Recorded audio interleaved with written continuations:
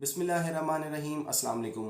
آپ YouTube channel دیکھ رہے ہیں، میرا نام حسن نثار ہے۔ ناظرین، آج کی سب سے بڑی خبر اور وہ خبر ہے امریکہ، اسرائیل اور ایران کے درمیان جاری جنگ کے اوپر۔ اور اب جو اتحادی ملک ہیں امریکہ کے، ان کے لیے ایک خطرے کی گھنٹی جو ہے وہ ایران نے بجا دی ہے۔ ایران کے جو وزیر خارجہ ہیں عباس عراقچی، انہوں نے ایک بیان جاری کر دیا ہے اور جو اتحادی ملک ہیں ان کے لیے خطرے کی گھنٹی بج چکی ہے۔ وہ یہ کہہ رہے ہیں کہ امریکہ آبنائے ہرمز کھلوانے کے لیے دیگر ملکوں حتیٰ کہ چین سے بھیک مانگنے پر مجبور ہو چکا ہے۔ آبنائے ہرمز امریکہ اور اس کے اتحادیوں کے علاوہ سب کے لیے کھلا ہے، ایرانی وزیر خارجہ عباس عراقچی۔ پاکستان ان ممالک کے اندر شمار ہے جنہوں نے، اور وہ شمار نمبر 1 پہ آتا ہے، جس میں وہ خدمت میں بڑے پیش رہے ہیں، اور پاکستان کی حکومت جو ہے وہ امریکہ کی جو پالش ہے وہ بہت اچھے سے کر رہے ہیں جب سے یہ حکومت آئی ہے اپنے وجود میں۔ اور امریکہ کی اس وقت کی جو گورنمنٹ ہے وہ پاکستان کی اس وقت کی جو گورنمنٹ ہے اس سے بہت خوش ہے، اور ان کو تھپکی بھی جو ہے وہ کمر پہ ہے امریکہ کی، اور اس لیے وہ کھل کے کھیل رہے ہیں کہ ہم جانتے ہیں کہ امریکہ ہم سے خوش ہے تو ہم جیسے مرضی اپنے ملک میں عوام کے جو حقوق ہیں ان کو تلف کر سکتے ہیں، اور بڑے اچھے سے جو ہے وہ فیلڈ ملی ہوئی ہے اس وقت کی گورنمنٹ کو۔ اب ایران نے یہ واضح کیا ہے کہ جو امریکہ کا اتحادی ہے اس کے لیے آبنائے ہرمز جو ہے وہ بند ہے۔ اس کے علاوہ جو امریکہ کو سپورٹ نہیں کرتے ان کے لیے آبنائے ہرمز کھلی ہے۔ اس کے اندر چین جو ہے وہ سر فہرست ہے۔ انہوں نے کہا ہے کہ آبنائے ہرمز چین کے لیے تو نہیں بند، باقی ملکوں کے لیے ابھی تک بند ہے جو اتحادی ہیں، اور انہوں نے ایک کنڈیشن رکھی ہے کہ اگر آپ اپنے ملکوں سے امریکہ کا جو سفیر ہے اس کو نکال دیں گے تو آبنائے ہرمز آپ لوگوں کے لیے بھی کھلی ہو سکتی ہے۔ ایران کی جنگ جو ہے وہ اب مزید بڑھتی جا رہی ہے، اور اب امریکہ جو ہے وہ اس جنگ سے نکلنا چاہتا ہے لیکن وہ پھنستا چلا جا رہا ہے۔ اس کے اوپر ایاز امیر نے اپنا ایک کالم لکھا ہے، اس میں وہ اپنے کالم میں یہ کہتے ہیں کہ اب پتہ چل رہا ہے کہ ایران کی شکست تو دور کی بات تھی، امریکہ اس جنگ میں پھنستا چلا جا رہا ہے، اور امریکی پبلک میں سوال اٹھ رہے ہیں کہ امریکہ اس جنگ سے کیسے نکلے گا۔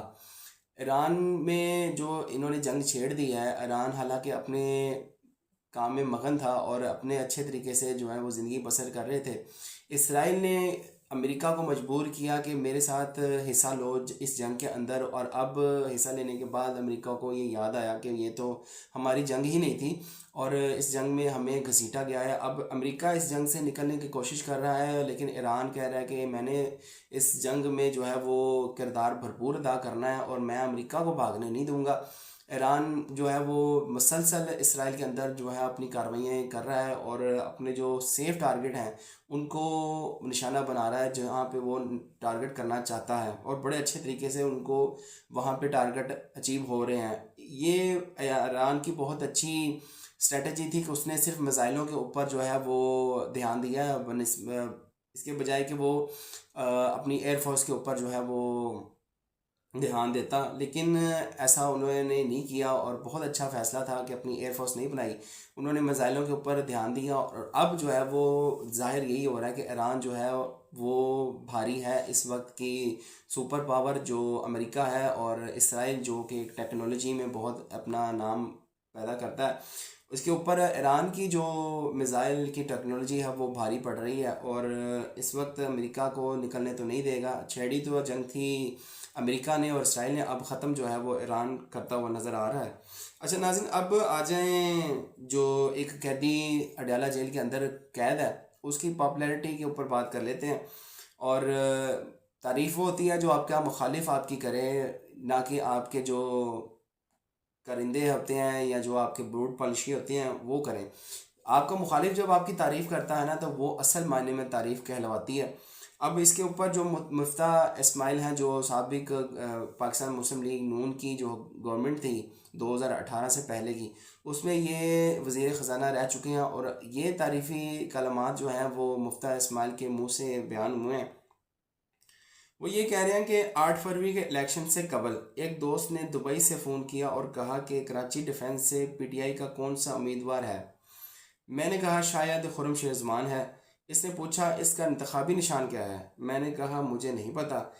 اس نے کہا میں ڈھونڈ لوں گا۔ وہ آیا، اپنی بیوی بچوں کے ساتھ 10-12 لاکھ روپے خرچ کیا اور ووٹ دے کر چلا گیا۔ اندازہ کریں ناظرین، آپ اندازہ کریں کہ ایک شخص اپنی بیوی بچوں کے ساتھ دبئی سے بڑی سکون میں زندگی گزارا تھا، اس نے 10-15 لاکھ روپیہ لگا کر پاکستان آیا اور آ کر عمران خان کو ووٹ دے کر اور واپس اپنے اسی جگہ پہ چلا گیا جہاں پہ اس کی رہائش تھی۔ اندازہ لگائیں کہ انسان اگر کسی لیڈرشپ کے پیچھے کھڑا ہوتا ہے تو اس کا یہ نظریہ ہوتا ہے کہ اس کو 10 سے 12 لاکھ روپیہ نظر نہیں آتا، وہ یہ دیکھتا ہے کہ ایک ویژنری لیڈر ہے اور وہ اپنی قوم کے لیے جو ہے وہ کام کرنے کے لیے کوشاں ہے اور محنت کر رہا ہے، پچھلے 25-26 سالوں سے ایک پارٹی کو چلا رہا ہے اور اب اس مقام پہ پہنچا ہے جو اس کو حاصل ہونا چاہیے تھا، اور اس نے اپنے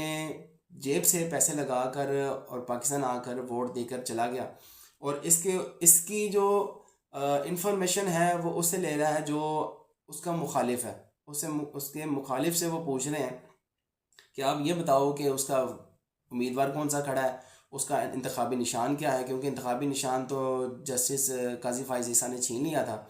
اور پھر اس سے پوچھا کہ آپ مجھے بتا دو کہ ان کا انتخابی نشان کیا ہے، لیکن وہ مفتہ اسماعیل بتانے سے قاصر تھا، پھر انہوں نے خود ہی پتہ کر کے ووٹ دے کر اور چلے گئے۔ اچھا، اب ناظرین یہ تو تھی عمران خان کی پاپولیرٹی، اب آ جائیں جو نہال ہاشمی ہیں، ان کی پاپولیرٹی جو ہے وہ آج کل پاکستان کی باتوں کی جو ہے وہ زینت بنی ہوئی ہے، اور یہ جو گورنر سندھ لگایا گیا ہے نہال ہاشمی کو، کامران ٹسوری کو جو ہے وہ خیر آباد کہہ دیا گیا اور کہا گیا کہ آپ کی اب سروسز ہمیں نہیں چاہیے، اس کے اوپر ہم نہال ہاشمی کو جو ہے وہ گورنر سندھ بنائیں گے۔ اب انہوں نے تعریفی کلمات جو ہیں وہ ادا کرنے شروع کیے ہیں اور پالش کرنا شروع کی ہیں۔ اب وہ یہ کہہ رہے ہیں کہ شہباز شریف فزک میں نہیں، کام میں سمارٹ ہیں، بہت سمارٹ ہیں، اور یہ وہ کہہ رہے ہیں کہ جن کے بس ایکسپائر ہونے میں کچھ ہی منتھ باقی ہیں اور ان کی قبر جو ہے وہ ملی گئی ہوئی ہے، اس کی جگہ پہ کوئی اور لیٹ گیا ہے، اور ویسے تو یہ نظر یہی آتی ہے کہ موئنجو دڑو سے یہ چلتے آ رہے ہیں، اس زمانے کے یہ شخص ہیں اور ضعیفی کی اس عمر میں ہیں جہاں پر انسان کو اللہ توبہ کرنا چاہیے، لیکن ان کو گورنر سندھ کا عہدہ دے دیا گیا ہے اور کامران ٹسوری کو جو ہے وہ خیر آباد کہہ دیا گیا ہے، ان کی جگہ پہ نہال ہاشمی کو پلانٹ کر دیا گیا ہے کہ ہو سکتا ہے کہ کامران ٹسوری سے اس طرح کی خدمت نہ کی جا رہی ہو جس طرح کی وہ نہال ہاشمی سے چاہتے تھے، تو اب نہال ہاشمی کو جو ہے وہ اس عہدے پہ لے آئے ہیں۔ اب کامران ٹسوری شاید پاکستان میں تو نہ رہیں، کیونکہ اب مجھے یہ لگ رہا ہے کہ کامران ٹسوری پر جو ہے وہ تھوڑا سا مشکل وقت آنے والا ہے، اس لیے وہ موقع دے کر ملک سے جانا ہی گوارا کریں گے۔ تو ناظرین یہ تھی آج کی خبریں، آج کے لیے اتنا ہی، ملتے ہیں اگلی ویڈیو میں انشاءاللہ زندگی رہے تو، تب تک کے لیے اللہ حافظ۔